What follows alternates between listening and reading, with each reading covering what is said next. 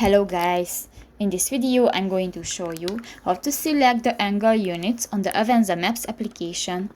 But first of all, I just want to mention, please don't forget to subscribe to our channel, because at 100,000 subscribers we are going to show you all YouTube revenue statistics and growth strategy, how to make money online. So let's jump into it. First of all, open the application on your device. Click to the three dots at the upper right corner of the screen and click to the settings icon.